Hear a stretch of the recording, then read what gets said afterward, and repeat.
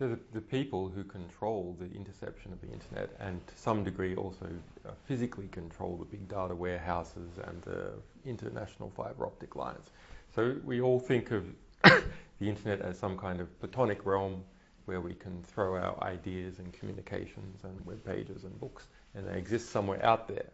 Actually, they exist on web servers in New York or Nairobi or in Beijing, and the information comes to us through satellite connections or through fiber optic cables. So whoever physically controls this controls the realm of our ideas and communications. And whoever is able to sit on those communications channels can intercept entire nations, and that's the new game in town as far as state spying is concerned, intercepting entire nations, not individuals. And this sounds like a kind of futuristic scenario, but you're saying that the future's already here. Yeah, I mean, the United States National Security Agency has been doing this for some 30, 20 years, but now it's spread to even mid-sized nations. Even Gaddafi's Libya was employing the Eagle system, which is produced by a French company, Amicis, pushed there in 2009, advertised in its internal documentation as nationwide interception system. So what's happened over the last 10 years is every decreasing costs of intercepting each individual, now to the degree where it's cheaper to intercept every individual than it is to pick particular people to spy upon. And what's the alternative, the sort of utopian alternative that you would put forward? So the utopian alternative is to try and gain independence for the internet, for it to sort of declare independence versus the rest of the world. And that's really quite important, because if you think about what is human civilization that makes it quintessentially human and civilized, it is our shared knowledge about how the world works, how we deal with each other, how we deal with the environment, which institutions are corrupt, which ones are good, what are the least dumb ways of doing things. And that intellectual knowledge is something we're all putting onto the internet. And so if we can try and decouple that from the brute nature of states and their cronies, then I think we really have hope for a global civilization. If, on the other hand, the mere security guards, the people who control the guns, are able to take control of our intellectual life, take control of all the ways in which we communicate to each other, then of course you can see how dreadful the outcome will be. Because it won't just happen to one nation, it will happen to every nation at once. It is happening to every nation at once as far as spying is concerned, because now every nation is merging its society with internet infrastructure. People think, well, yeah, I use Facebook and maybe the FBI, if they made a request, could come and get it. And everyone's much more aware of that now, of course, because of Petraeus. But that's not the problem. The problem is that all the time, everyone, nearly everything they do on the internet is permanently recorded. Every web search. Do you know what you were thinking 1 year, 2 days, 3 months ago? Now, you don't know, but Google knows. It remembers. The National Security Agency, who intercepts the request if it flowed over the US border, it knows. So by just communicating to our friends, by emailing each other, by updating Facebook profiles, we are informing on our friends. And friends don't inform on friends. The Stasi had a 10% penetration of East German society, with up to 1 in 10 people being informers at some time in their life. Now, in countries that have the highest internet penetration, like Iceland, more than 80% of people are on Facebook informing about their friends. That information doesn't go nowhere. It's not kept in Iceland. It's sent back into the United States, where it's accessible by US intelligence, where it is accessed by US intelligence, and where it is given out to any friends or cronies of US intelligence. Hundreds of national security letters every day, publicly declared, being issued by the United States government. Well, we have this position where, as we know, knowledge is power, and there's a mass transfer as a result of literally billions of interceptions per day going from everyone, the average person, into the data vaults of state spying agencies for the big countries and their cronies, the corporations that help build them that infrastructure. Those groups were already powerful. That's why they were able to build this infrastructure to intercept on everyone. So they're growing more powerful, concentrating the power in the hands of smaller and smaller groups of people at once, which isn't necessarily bad, but it's extremely dangerous once there is any sort of corruption occurring in the power, because absolute power corrupts, and when it becomes corrupt, it can affect a lot of people very quickly.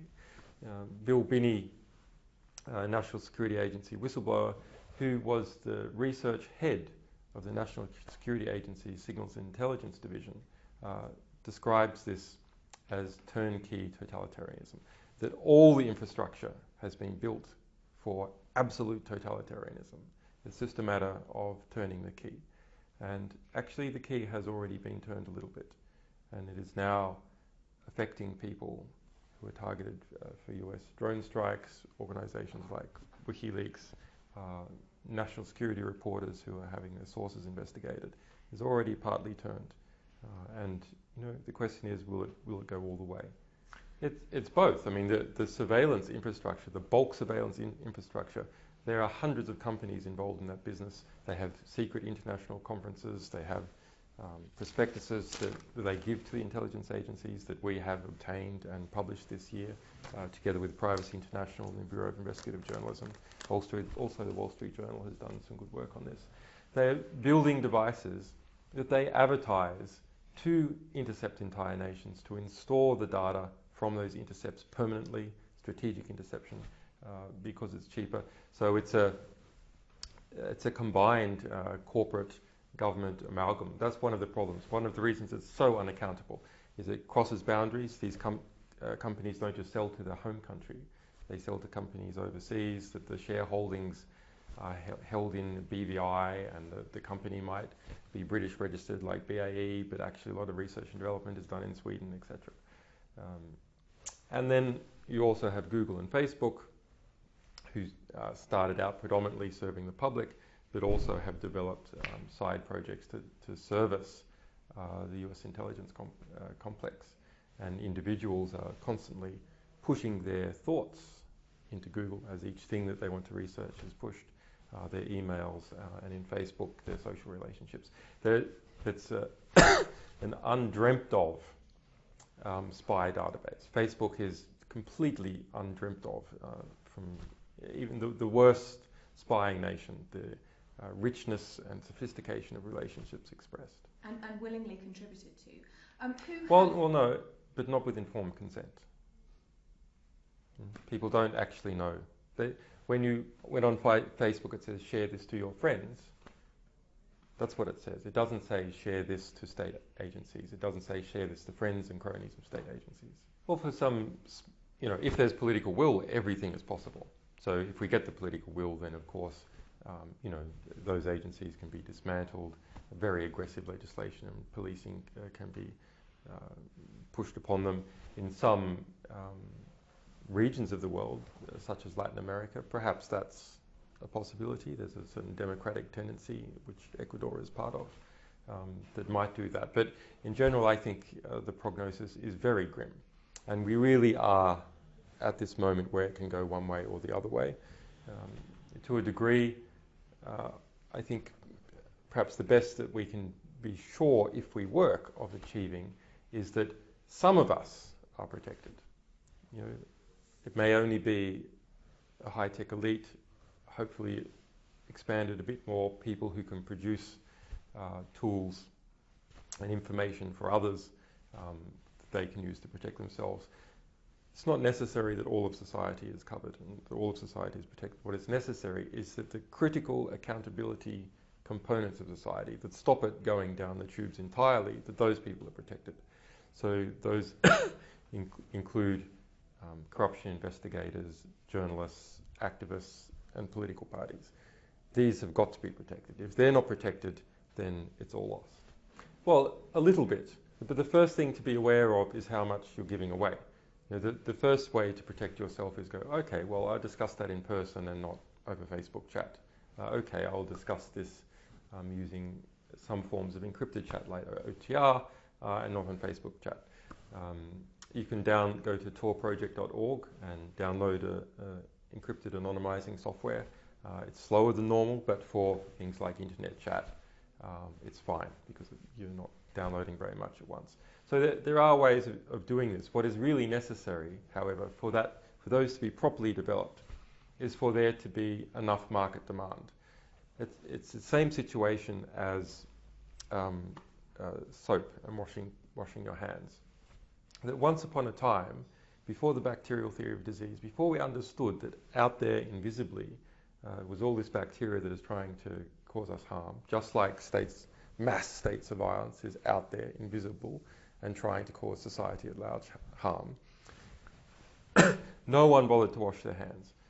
First process was discovery, second process, education. Third process, a market demand is created as a result of education, which means that experts can start to manufacture soap and then people can buy it and use it. So this is where we're at now, which is we've got to create education amongst people so there can be a market demand, so that others can be encouraged to produce easy-to-use cryptographic technology that is capable of protecting a significant, not everyone, but a significant number of people from mass state spying. And if we're not able to protect a significant number of people from mass state spying, in the basic democratic and civilian institutions that we're used to, and not in the West, I'm no glorifier of the West, but in all societies, are going to crumble away. They will crumble away, and they'll do so all at once. And that's an extremely dangerous phenomenon. It's not often where all the world goes down the tube all at once. Usually you have a few countries that are okay, that you can bootstrap civilization again from. Well, Cablegate is extraordinary, and we published this over a period of 12 months. It is the most significant leak, although our previous leak on the Iraq War was also 400,000 documents showing over 100,000 people being killed and precisely how. That was also very significant. But yes, no one has done anything as significant as that since. But yeah, hopefully that will continue. I mean, the successes of WikiLeaks shouldn't be viewed merely as a demonstration of our organization's virility or the virility of the activist community on the internet. They are also a function of this hoarding of information by these national security states. You know, the reason that there was so much information to leak, the reason it could be leaked all at once, is because they had hoarded so much. Why had they hoarded so much? Well, to gain extra power through knowledge. They wanted their own knowledge internally to be easily accessible to their people, to be searchable, so as much power could be extracted from it as possible. WikiLeaks attempts to redress the imbalance of power by taking what's inside these very powerful institutions and giving them to the commons, people in general, so we can understand how our world works and stop takeover by these powerful institutions. But it's a function of how much knowledge these powerful institutions have accumulated. It's affecting my ability to meet with our people in different countries and to proselytize and things like this. But we should keep it in perspective. There are others who I have been in prison also in the past 2 years, and I know that is a much more serious condition than the one that I'm in. I'm fortunately able to give interviews and so on. So at least I have a voice. Prisoners rarely even have a voice. And why is that? Well, it's because the prison system doesn't want to permit them to complain about their conditions. Well, I hope that there is enough political pressure and that the US government sees that it is destroying any goodwill that remains towards it as a result of its persecution and investigation of WikiLeaks and its associates. I think it really does have to drop the investigation. And over the past 6 months in particular, you can see the sort of the arrow of history, and the US DOJ and Eric Holder are going to end up on the wrong side of history. I don't know that they want that on their record.